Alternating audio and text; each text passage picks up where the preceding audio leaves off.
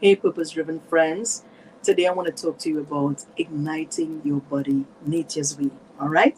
And so, yes, we can live longer, healthier lives, have better memory, better sleep quality, not suffer with chronic pains every month during our period, and all of these good stuff if we will take care of our bodies better. Remember, God gave you a self healing body, and you can do your part to be able to take care of yourself. So let's look at a guide to managing chronic inflammation. If you're like yours truly, these things were not important to you. What was important is, doing your church responsibilities, living on purpose, taking care of your family. You're even going to the gym trying to take care of your health and your job, your work, your business. Everything else was important, but not really taking time to make sure that you put high quality food in your body and take care of yourself. And if you were like me and you had to learn the hard way, it's never too late, all right, to make the change. So, as we talk about managing chronic inflammation, I want to kind of like give you a food checklist, some of the things that you can avoid and use more of that is going to help your body and help the inflammation. One of the things I would have experienced is a lot of joint pains and like brain fog and all of that. Even heel spurs, pain underneath the heel. All of these are signs of inflammation. Some persons, a lot of mucus, painful periods, PMS, and the list goes on. Inflammation is actually the root cause of most diseases. Some cancers and other things is as a result of too much inflammation in our bodies. So let's discuss some foods and some habits that we can do to reduce inflammation. And let's keep that checklist. I want you to keep this checklist handy. How can you do that? Like, subscribe, and share this video with friends and families. Remember, caring is sharing. So if you love someone, share this information with them, and they are going to be able to get good results. All right, so let's jump in. Anti-inflammatory foods that you want to consume more of this. I want to encourage you to make a decision right now, yes, right now today, to incorporate more plants in your diet. All right, so you want to eat more berries. And for Caribbean counterparts or people who live in tropical areas, you can have other foods like some of us say chenet, guinep, sapodillas, some call it berries. Wherever you're from, you can use more natural, fruits, and berries is a good one. Even things like star fruit is good, guavas are good. All right, and of course, for those who have the access to strawberries and cranberries and blueberries, raspberries, you want to be able to incorporate more berries in your diet because berries are very high in antioxidants, fruits, as a matter of fact, and anti-inflammatory. So you want to use it not more than 3 servings of fruits a day, but you want to make sure that you incorporate these. What about healthy fats? If you use fatty fish like salmon, sardines, herrings, mackerel, anchovies, these type of fish is anti-inflammatory and it's better type of fish to use as well. And those are going to help you in terms of less inflammation in your body. Remember, some types of fish is high in mercury, and so you want to avoid too much fish. Fish should be eaten at least 3 times a day. As a matter of fact, you can have a meatless Monday, or 2 days a week, you're just not going to have any meat at all. Or sometimes, like myself, I do a flex diet. I would have had like 6 months with no meat at all, using the plant-based diet for 6 months, and I saw tremendous transformation in my health, skin, hair, nails, body, sleep. I mean, it was amazing, the transformation. And now I've kind of adapted a flex style diet where I can have a little meat once or twice a week whenever I feel like it, and I can just go right back to plant based whenever I feel like it. So I'm actually listening to my body and saying, you know what, I feel like my body is saying I need a little protein. As women, we menstruate, we're losing blood, we're doing so much, and at times you just have to use that godly intelligence, that wisdom that you've been given. So take time to listen to your body and take care of your body, because no application across the board is for everybody. But any decision that you make to go in the right direction and eat better, you're going to see benefits in your health. All right, so another one will be cruciferous vegetables. Cruciferous vegetables. I don't know why I said cruciferous. I often make that mistake. Cruciferous vegetables. That's like broccoli, cauliflower, kale, Brussels sprouts. those vegetables are very anti-inflammatory. All right. And some people may say, well, what at all is a healthy diet? Let's just stop a moment to talk about that. Because some persons may say, well, I eat healthy. I had Cheerios this morning and I had a cup of hot chocolates, and everyone thinks I eat healthy. I used to think that way as well. But a healthy diet really consists of vegetables that has a lot of a diet rich in vegetables, dark leafy vegetables, a lot of fruit, whole grains, right? So instead of eating white bread, you get breads or, grains that has like spelt or whole wheat, or, you find that those grains are fortified. So it's whole grain instead of just eating plain white flour. A lot of people think bread is bad. It's not, but you want to use whole grain foods. All right. And you want to use fish, healthy fats, healthy oils, like we talked about, that coconut oil, grapeseed oil, olive oil. You want to throw out all those hydrogenated oils. A lot of people don't know that, like soybean oil, canola oil, all of these oils is not beneficial for health. So you try to use healthier oils, and nuts as well is beneficial to reducing inflammation. Nuts, though, should be eaten in very small quantities because there are many types of nuts that has like different molds and stuff in it. So you don't want to eat too much nuts as well. Nuts must be eaten. It's very fatty as well too. And you want to avoid eating large quantities. I would say just use a handful at a time when you're eating nuts. Put it in your hand and that's enough nuts to have. All right, so almonds is very good. Avocados, cashews, green tea is good for you. As you know, the Asians, they have a cup of green tea, no sugar, nothing like that, almost after every meal. It helps with digestion, antioxidants. Bell peppers are good. Sweet peppers, some people call them grapes, tomatoes, green beans, bok choy, some say pak choy, spinach, and the list goes on. So remember to use, like healthy olive oils. Olive oils should not really be cooked because it can become, it can have a lot of carcinogens in it when you heat it to a certain point. So you want to use olive oil on your salads, in your dressings, but not really for frying and cooking. All right. So remember that a lot of benefits can come from herbs and spices as well. That's a big one. Turmeric, sage, cayenne pepper, black pepper, basil, oregano, rosemary, ginger, cinnamon, cardamom, and the list goes on.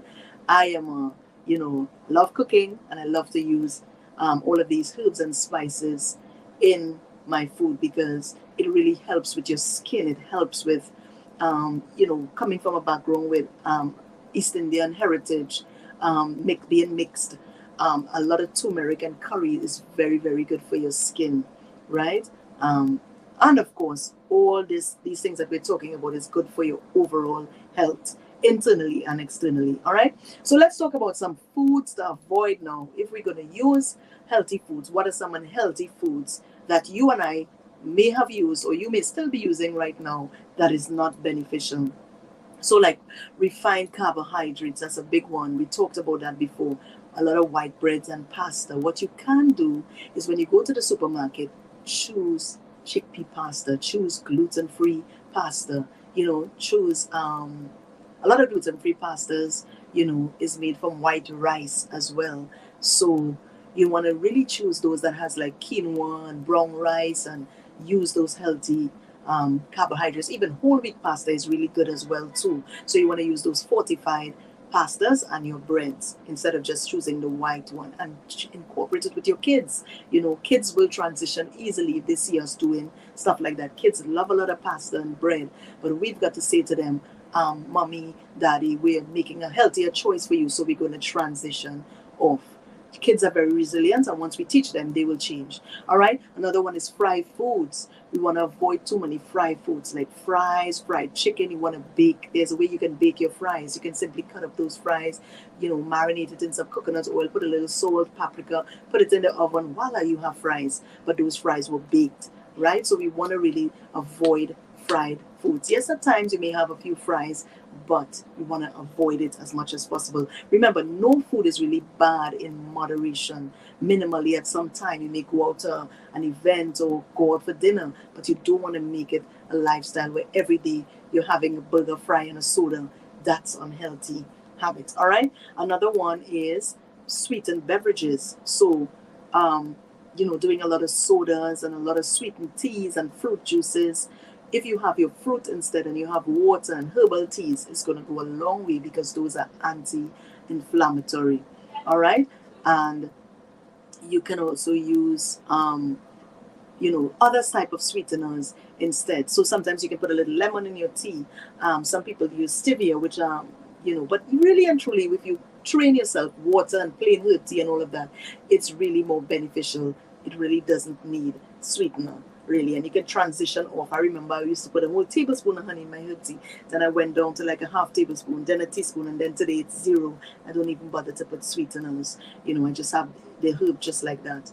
So what about red meat? I talked about that in another video. And if you're getting a lot of value from what I'm sharing, don't forget to like, to subscribe, and to share this with friends and family, with your loved ones. All right, so beef, pork, like mutton, goat, boar, venison, these meats are more difficult to digest, and that's why you don't want it to be like your go-to source of protein. You want to use healthy proteins like lentils, chickpeas, there's the kidney beans, black beans, the split beans, the yellow ones, black eye beans. You want to use a lot of beans. Soak your beans, if you can soak it overnight. Sometimes lentils really, for most people, it don't need to be soaked, but you want to use beans because beans are anti-inflammatory. All right, so you want to avoid red meat as much as possible and have it on occasions only because it is acidic. Those meats are acidic and it's more difficult to digest. What about processed meat? A lot of people have hot dogs, sausages, and pepperoni, bacons as their go-to source of protein. But a lot of times we don't pay attention. Again, coming from a background where I've studied and do agro-processing, there's a lot of nitrites inside of those, antibiotics inside of those harmful things. And our children are facing things like ADHD, attention deficit, and gut disruptions and all of that because of too much pizza with all of this, the cheese and the soda and the nitrites in the sausages all at the same time. So if you have to have processed meat, try to find those that are nitrate free, hormone free, and try to make sure at least once a week, by a stretch, if you have it twice a week, not more than that. We have got to decide what we're putting in our bodies. All right, we have the power to choose. Let's talk about margarines. A lot of time people use, like, I know back when growing up in the Caribbean, we use something called Golden Ray. A lot of people use a lot of margarines. I can't believe it's not butter and all of that. And these things are advertised to be low calories and safe for the heart. But you really want to stick with a real butter if you're using butter. Butter and margarine is very different. So when you read your label, butter is going to say cream, all right, and skim milk, and that's it. You're not going to see a lot of extra ingredients on it. So you want to get butter if you have to use it in moderation. And remember, you can use the healthy oils we discussed earlier in this video. Highly processed foods, that's another one I want to touch on, must touch on. A lot of times we give our kids a lot of box cereals and a lot of ramens and all of these things. We want to limit that again to once or twice a week. We want to make sure that all of these frozen things, these pizzas, all of these highly processed foods, that we try to find those. Doing label reading goes a big way. You try to find those that are the healthier versions because we're dealing with kids. You want to avoid like bioengineered ingredients. You want to avoid high fructose corn syrup. Avoid it. Use the ones that have healthier ingredients like whole grain oats, less colors in it. Like, you don't want to buy all those cereals with a lot of colorings and stuff. So try to find the best ones for your family.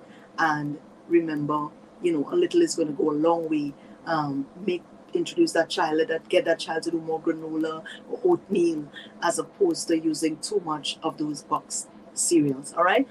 We talked about, I just mentioned it before, but I want to talk about sweeteners. Too much sugar, that is dangerous for children, it's dangerous for adults, for us, for everybody. Too much sugar really helps your inflammation levels to increase, and a lot of times we don't realize why women have things like polycystic ovaries, endometriosis, fibroids, their tumors, cancers, all these things feed on sugar. So yes, you can have a slice of cake or a piece of ice cream. Some ice cream. I don't know why I'm having all these tongue twisters today, but you want to have those things in moderation. Avoid high fructose corn syrup and all those, artificial sweeteners. Trans fat. I want to conclude with trans fat. the nutritional label, when you read the nutritional label, once you're seeing trans fat, you want to avoid a lot of trans fats, and I did recommend healthier fat versions. So there you go. These are some of the ways that you can manage chronic inflammation, reduce inflammation in your body, and remember, drink a lot of water, don't stress, and believe God in everything. The Bible tells us to be anxious for nothing with prayer and supplication. All right, make your request known unto the Lord. So stress is a big one. Avoid stress and live on purpose. God gave you a purpose. Know what it is you're living for and focus on doing that, because that brings you ultimate joy. Love you. God bless you.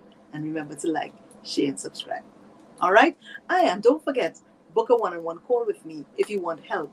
If you want me to tell you how, to avoid fatty liver, how to cleanse your body, how to create a diet plan that's going to help you overcome a lot of problems that is faced in our world today, like fibroid, thyroid, how to manage, taking better care of your heart, better sleep, more energy, book a one-on-one call and let's talk. God bless.